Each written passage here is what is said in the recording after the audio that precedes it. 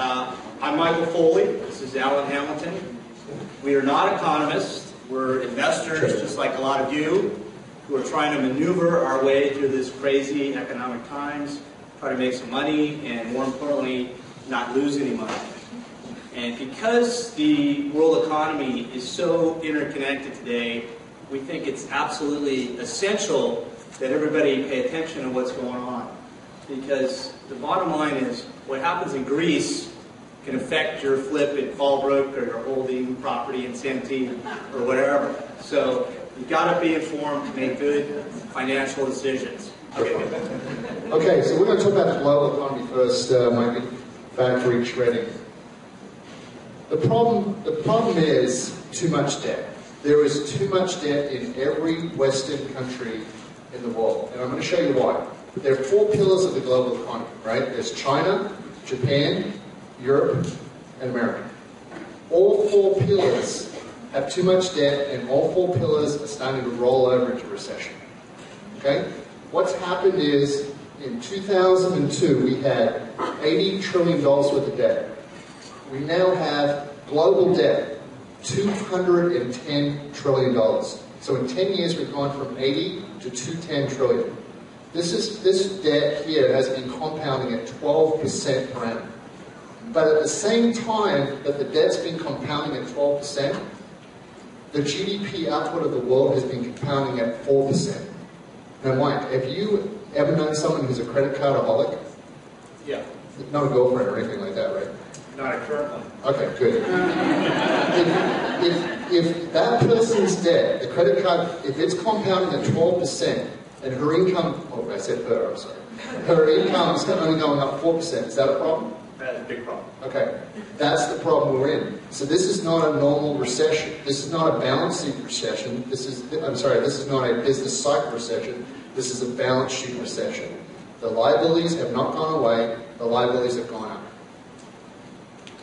So this is a Carl Bass. Carl Bass is one of the greatest hedge fund managers alive right now.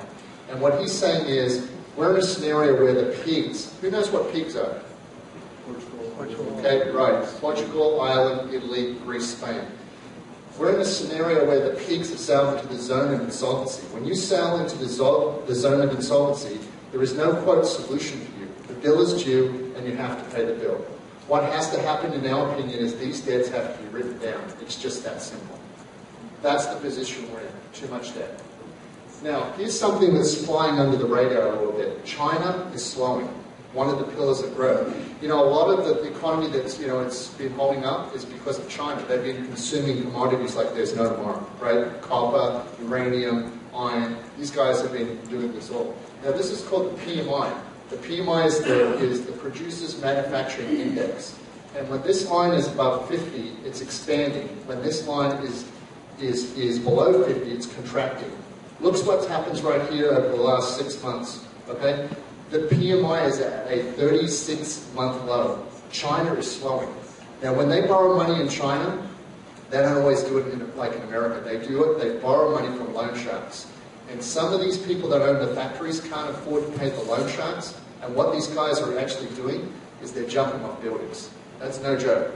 Okay? They're killing themselves because the loan sharks, if they don't pay the money, they're going to get killed. The property bubble in China is the greatest property bubble of all time. Okay? It takes 188 years of income for the average person in China to own a condo. Okay? So that's way more than the US, it's more than Spain, it's more than Ireland, it's more than all of them put together. And a really interesting thing's happening in China, and you guys might remember this. The sales volume, you can see right here, is dropping 40 to 50% per year. In one case here, this is from Mish's blog, overnight in Shanghai, these condos dropped 22% in one day. Okay? These people, when this happened, they actually rioted and they tore the showroom apart. They don't do that in Irvine, but they're doing it in China. And you can see the numbers right down here.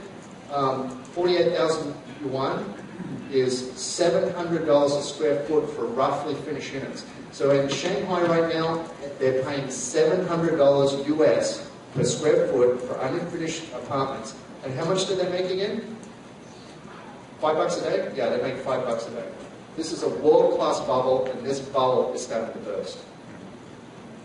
This is Greece. Greek debt killed the Greek economy. When Greece wants to borrow money, when they want to borrow money for 1 year, their interest rate is 271%. Okay? So Greece is done. That's the bond market cutting them off. Let's have a look at Italy. Italy cannot borrow money at 4% anymore. They have to borrow at 7%. Their government is unsustainable at 7%. So you can see their interest rate's gone from 4 up to 7. At the same time, their GDP is under pressure. It's now down to 0. Okay? Europe is rolling over into recession right here, and it's because the debt is killing. The Eurozone itself is on the edge of a meltdown. One of the most optimistic people in the whole of Europe is Angela Merkel. She's the German Chancellor. This is what she said. She says, it's time to have a breakthrough to a new Europe, she declared. This means to build a Europe in such a way that the euro has a future. Right? That's the most optimistic person in the whole of Europe saying the euro is screwed. When the euro goes down, it's going to be a bad day. The German and the French banks are owed, right here, 1.6 trillion US dollars. Are they ever going to pay? Not a chance in hell. In England, they're actually doing, all these big companies are doing emergency plans for the collapse of the euro. Right? Why are they doing that? Just for an emergency exercise? No, they're not. And you can see that the US banks, we're owed 641 billion by the pigs, and the French and the German banks, they owe the US banks 1.2 trillion. So there's some problems there. One country that's flying under the radar is Japan. Their big problem is demographics. The people over 65, this is now up to 35%, so this just keeps going higher and higher and higher. And this is the saving rates in Japan. It just keeps going lower and lower and lower. And this is what the Japanese government borrows to keep their country afloat. Zero interest rates are a trap. If interest rates were ever to rise in the Japanese government, they'd be insolvent. They're at 200% GDP, debt to GDP on balance sheet. They're way worse than Europe, right? Thank God for Europe, they're worse than us, but Japan is worse than Europe. I do have some good news, Mike. What's that? Let's hear it. Fiji is doing fine. There is no economic meltdown. Here's Reggie's relatives dancing on the beach. They don't even know there's a global economic meltdown. Okay, so besides Fiji, the rest of the world has got some issues. Yeah. What does that mean for Southern California real estate investors? Well, it's all interconnected, and what it means is more foreclosures. More foreclosures. So you're in the foreclosure business, right? Absolutely. So this is not necessarily bad news. It's not bad for me.